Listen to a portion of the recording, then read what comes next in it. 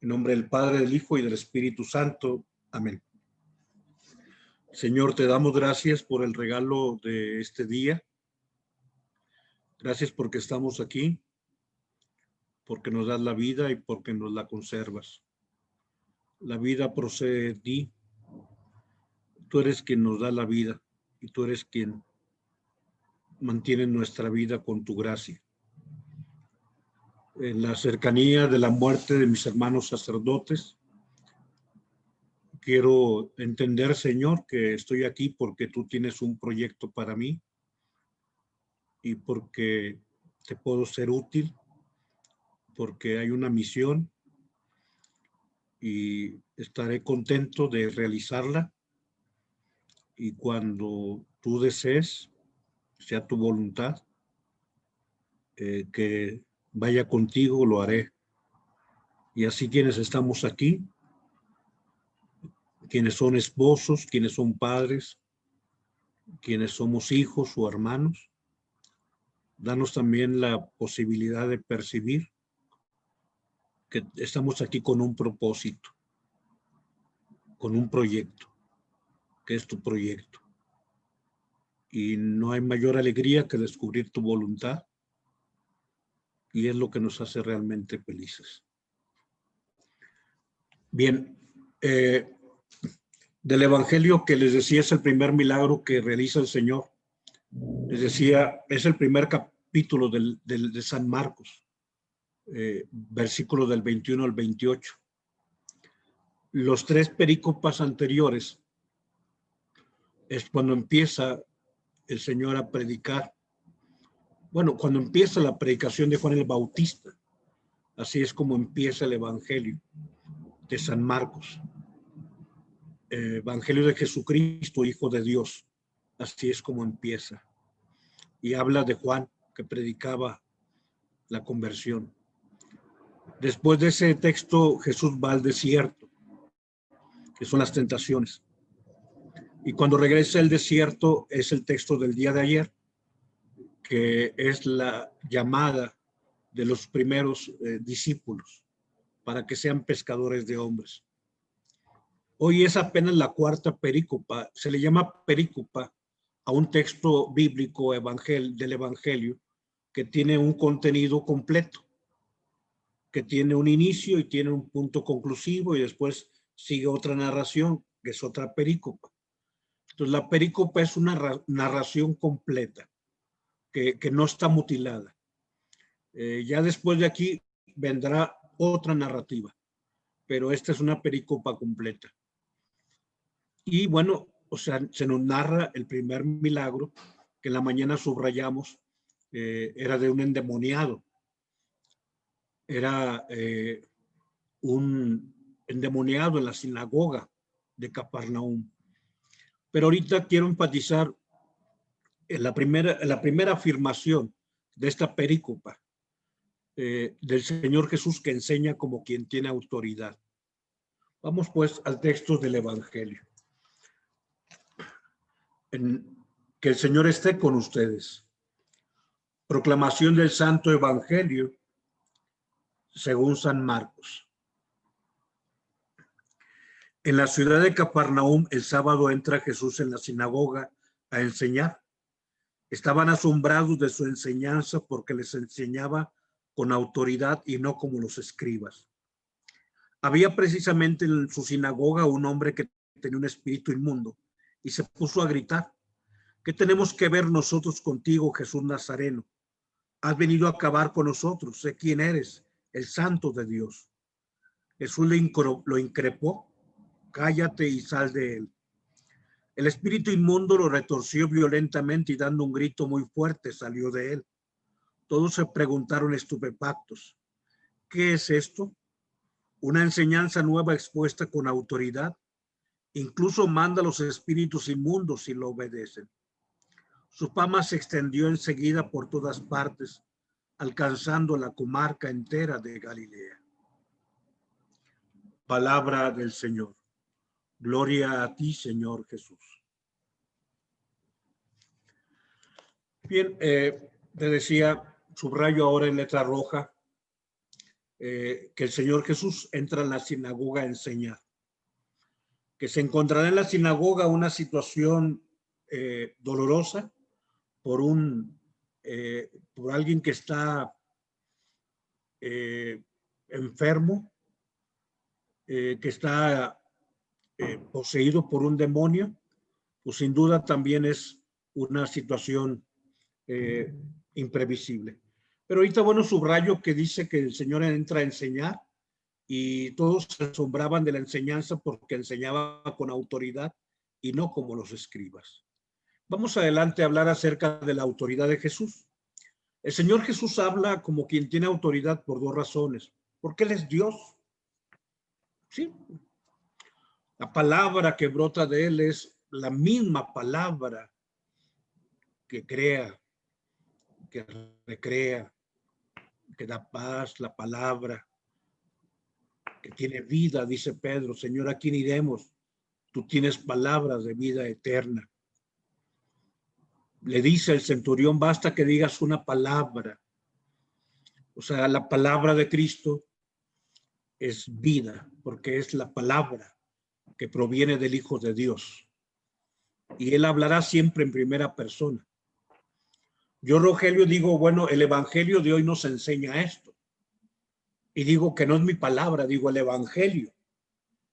El Evangelio nos enseña.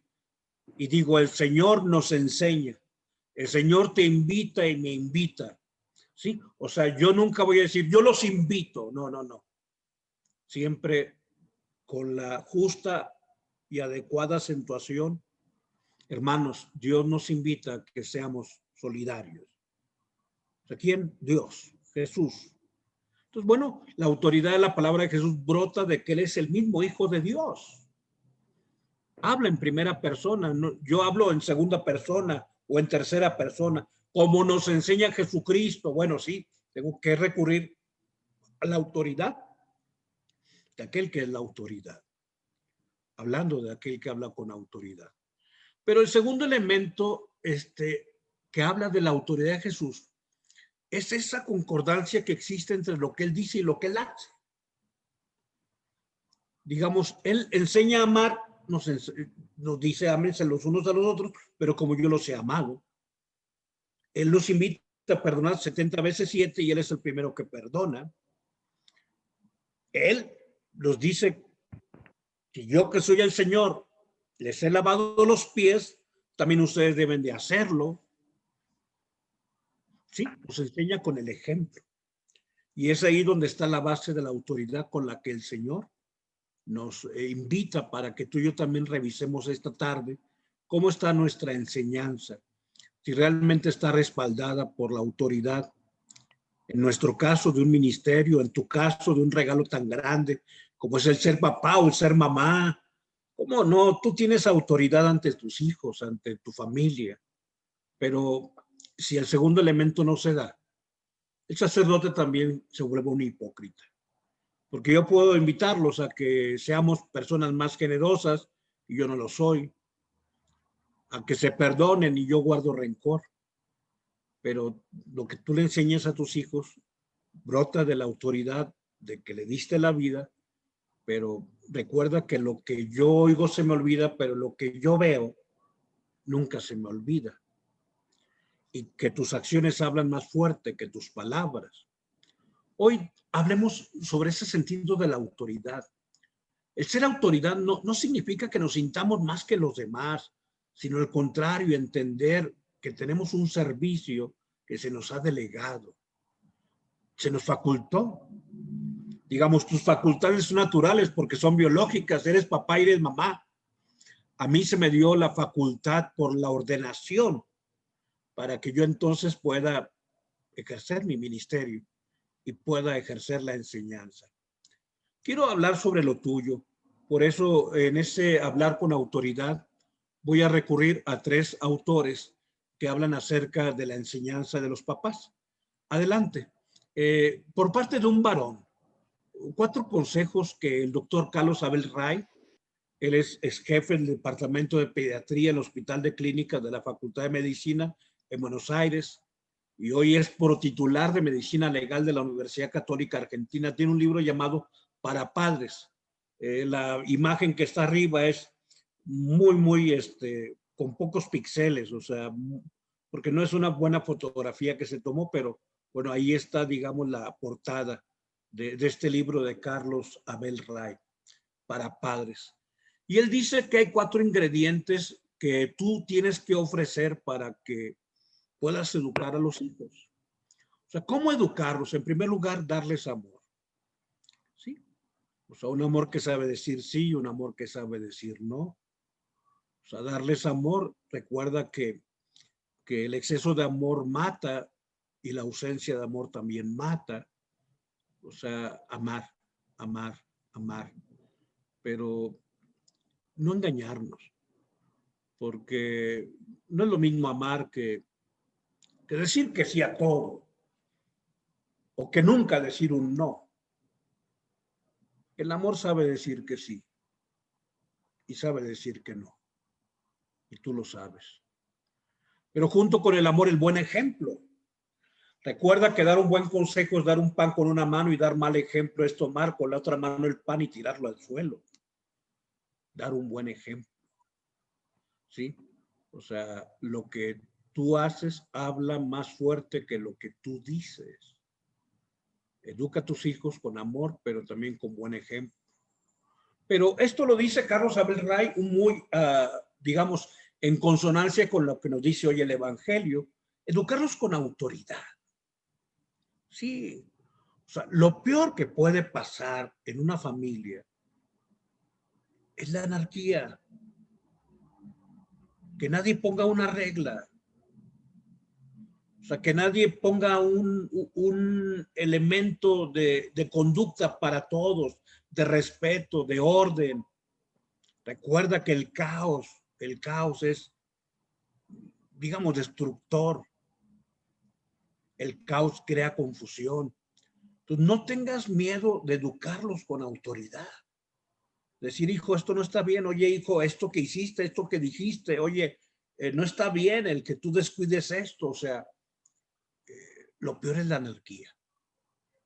Y que en la anarquía, pues sí, la casa se pone patas para arriba. Pero finalmente, aparte del amor, del buen ejemplo y de educar con autoridad, la educación está mucho tiempo, sí. Tiempo cuantitativo y tiempo cualitativo. Cuantitativo y cualitativo. O sea, en cantidad, pero sobre todo en calidad. Porque quizá eso sea de las cosas que tenemos que apreciar, tener un poco más de tiempo, sentarnos, disfrutar del otro, no sé, verles a los ojos, en una mesa de diálogo, en compartir un programa de televisión. Si este tiempo a veces permite que esto se logre, ojalá que lo sepamos capitalizar. Bueno, pero vamos ahora al consejo de una mujer. Es Jacinta Scagliotti, un consejo, los consejos de ella para la paternidad de parte de una mujer, de una psicóloga. Ella tiene un libro llamado La poda y el abono. Y el título, bueno, nos pone ya sobre la pista de lo que ella propone. Ella dice que sin duda en la labor de la educación de los hijos se equipara a lo que uno hace en el campo cuando uno va a sembrar. Lo primero que hay que hacer es desmalezar, o sea, la maleza, quitar las cosas que no son buenas. Pero entonces, una vez que tú tienes el campo limpio, tú tienes que abonar y podar. Abonar y podar. La poda es poner límites, digamos, límites oportunos, saber decir, oye, esto no se hace. Oye, no vas a hacer esto porque hiciste esto. O sea, saber podar, poner límites. Y en un límite será siempre importante la capacidad de anticipación. Cuando uno quiere de pronto que el arbolito ya no crezca torcido, el arbolito ya embarneció.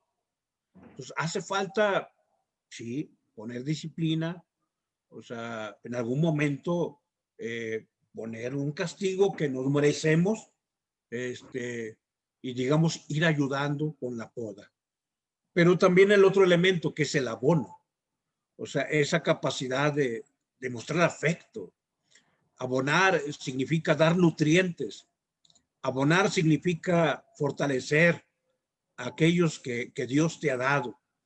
En este caso, saber escuchar, saber estar en el momento de cercanía, de intimidad, poder en ese abonar escuchar y dar una palabra ante las penas, pero también felicitar en las alegrías. O sea, en ese abonar, tener esa palabra oportuna y el gesto y el apretón de manos y el abrazo y el beso en la frente o en la mejilla, como sea tu costumbre de familia, en los logros, pero también en los fracasos, ponerle a la persona cercano al corazón, digamos, sobre todo porque conoces qué está viviendo, porque esa persona no es alguien desconocida para ti. Y entonces, bueno, la poda y el abono serán el ejercicio, el doble ejercicio que se tiene que hacer dentro de lo que es la educación de los hijos, de acuerdo a Jacinta Scagliotti. Por eso adelante yo muestro 4 posibles escenarios, precisamente de la combinación entre los 4 tipos de padres, o 4 tipos de padres en torno a la combinación de estos 2 verbos. Pongo algunos que yo llamaría los castrantes, que es la palabra más adecuada. O sea, en serio, me duele decirlo, pero yo sí conozco mamás castrantes y papás castrantes. Digamos que todo es podar, todo es no, todo es no, todo es no. Y que no abonan. Ninguna palabra de aliento. Todo es regaño. Parece que solamente lo único que hacemos es malo y nos dicen que somos lo peor. Y lo peor de todo son las palabras tan lastimosas. Ojalá no hubieras nacido. Cuánto duele esa palabra. Me arrepiento de haberme embarazado. Yo no sé cómo me pude haber embarazado. Y créeme que esa es expresión de las más dolorosas que hay en la vida de una persona. Hablar acerca de aquellos que podan, pero que no abonan. Pero hay otro grupo que son los consentidores, que abonan, pero que no podan. O sea, que tienen mucho cariño, mucho afecto, o sea, son hasta melosos. Digamos, todo es un sí. O sea, todo es un apapacho y véngase mi rey, ¿quién es el rey del mundo? ¿Quién es la princesa? A ver, ¿quién es la reina del universo?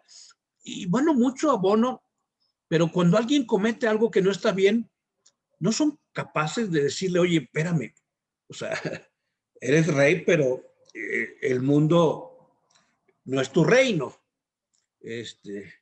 Y si aquí dejo que hagas lo que quieras, allá afuera vas a pensar que puedes hacer lo que quieras.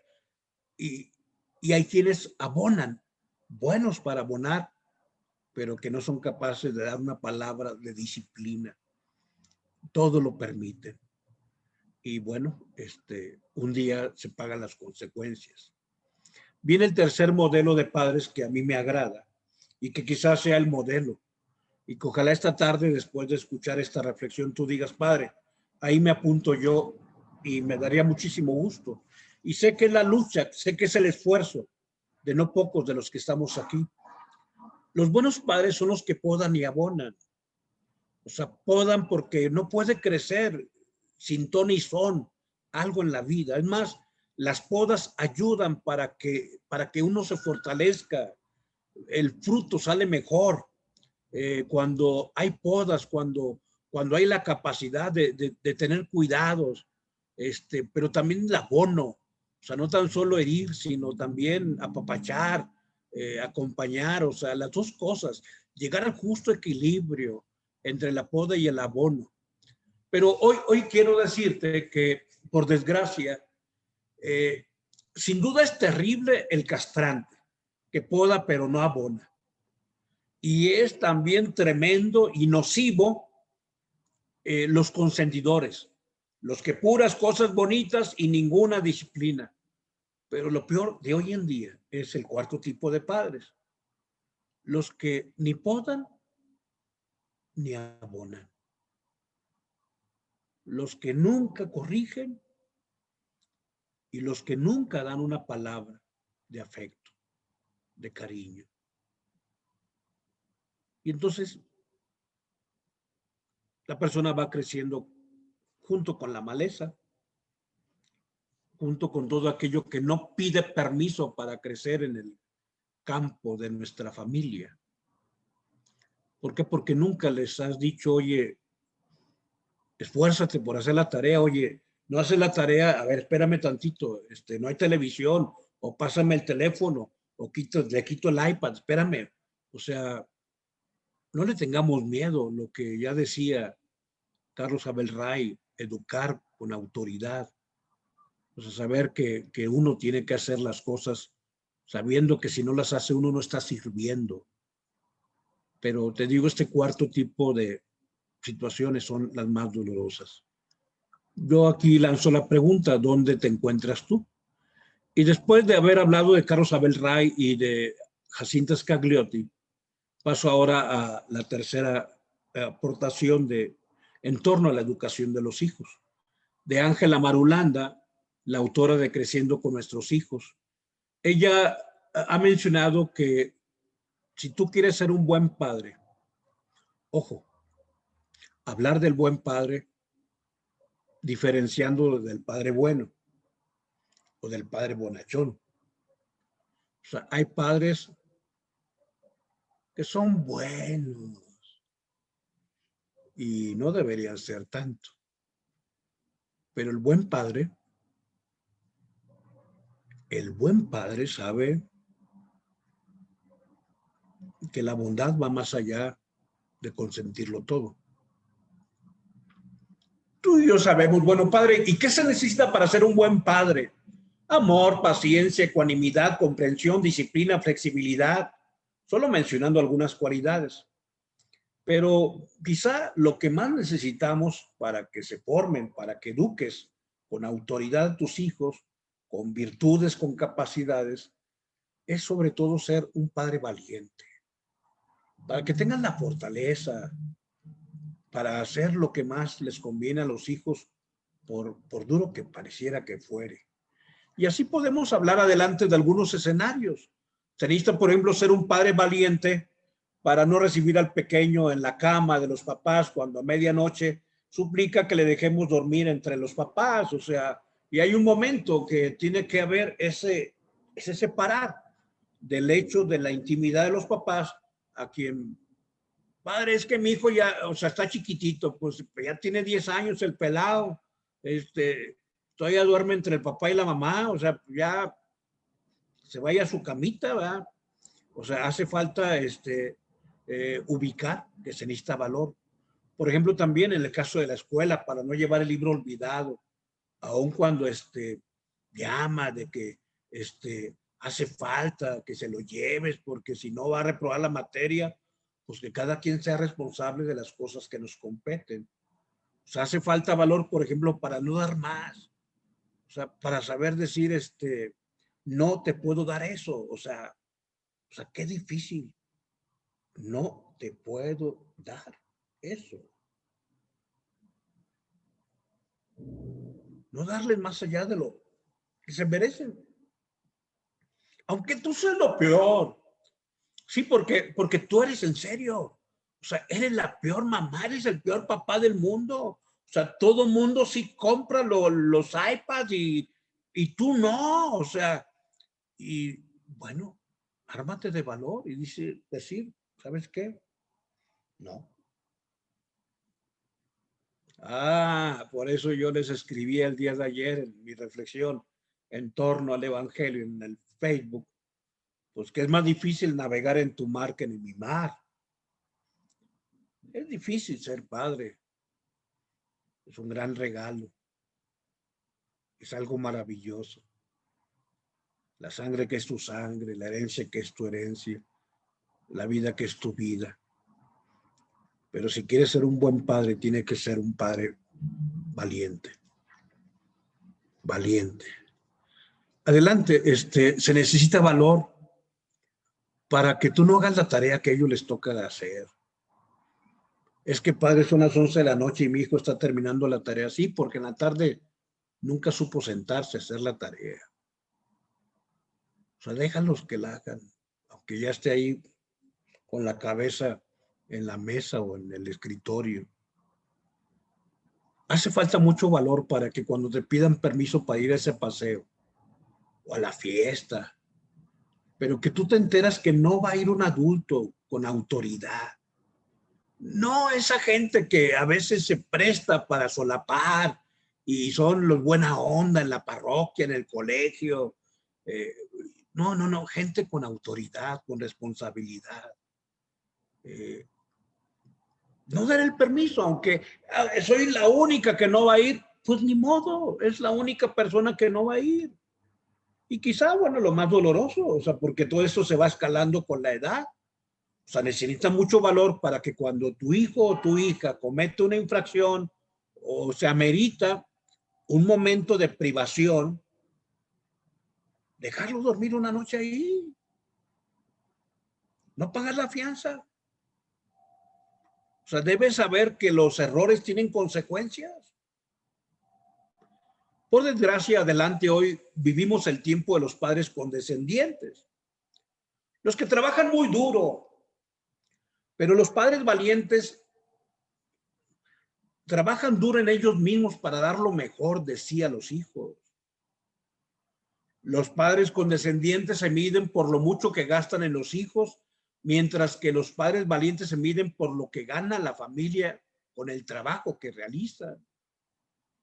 Los padres condescendientes hacen lo posible por resolver los problemas a los hijos y los padres valientes los dejan enfrentarlos, permitiendo que ellos aprendan de esos errores, de esos esfuerzos, de esos problemas. Los padres condescendientes buscan que no tengan sufrimiento los hijos. Los padres valientes les dan herramientas para que superen los momentos de sufrimiento. Un padre condescendiente se mide por el beneficio económico que el éxito profesional le ofrece a su familia. Pero un padre valiente es el que lo que tiene en cuenta es el precio que está pagando su hijo por su éxito profesional. Te digo, tomar es difícil, muy difícil. Pero ¿cuál es la mayor valentía que se necesita en este educar con autoridad? La mayor valentía es para que no inventemos justificaciones, que te hagan decir sí cuando en el fondo del alma tú sabes que debe decir no. La mayor valentía que se necesita es que tú no te creas tus propias mentiras. Es que lo que hago, padre, lo hago por su bien. No, lo haces por el tuyo, para no complicarte. Hoy hace falta que el poder, porque sí, o sea, poder no es dominación, sino es esa capacidad que tiene alguien superior. Llamémosle que la autoridad que como padres tienen sobre los hijos, no lo utilicen para remediar las carencias que les dan por sus debilidades y perpetuar esos remedios en una bondad mal interpretada. El Señor Jesús pues educaba y enseñaba como quien tiene autoridad y no como los escribas. En nombre del Padre, del Hijo y del Espíritu Santo. Amén.